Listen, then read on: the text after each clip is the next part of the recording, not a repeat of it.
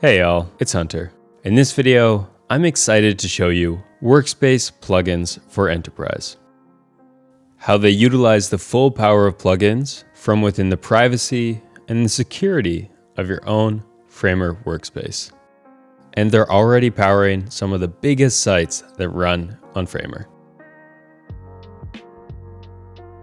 Once you have access to Workspace Plugins, you'll see a new section in the plugin menu with your team's name and avatar.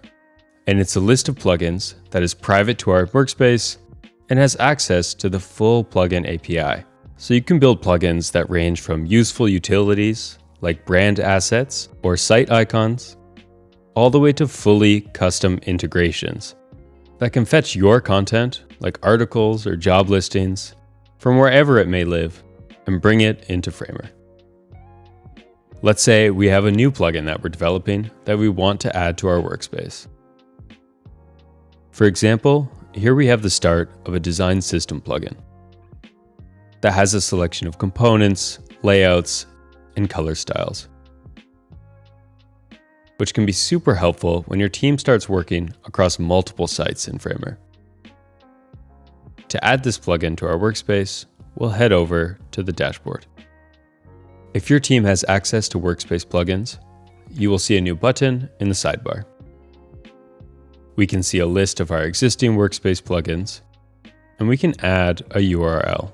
Workspace plugins use URLs to give you full control over how you deploy and version your plugin. I'll paste in my link and click Add.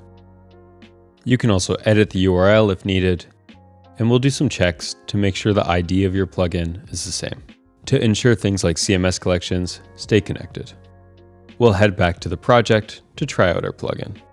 We'll want to refresh the tab so the project can grab the latest plugins.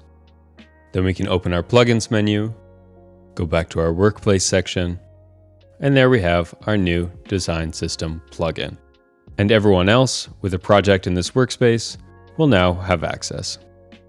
And that was just a glimpse into the possibilities of what Workspace plugins can do for your team's workflows. If you'd like, you can see the code for the design system plugin I showed on our GitHub repo, alongside a whole bunch of open source plugins. But otherwise, thanks for watching, and I will see you in the next one.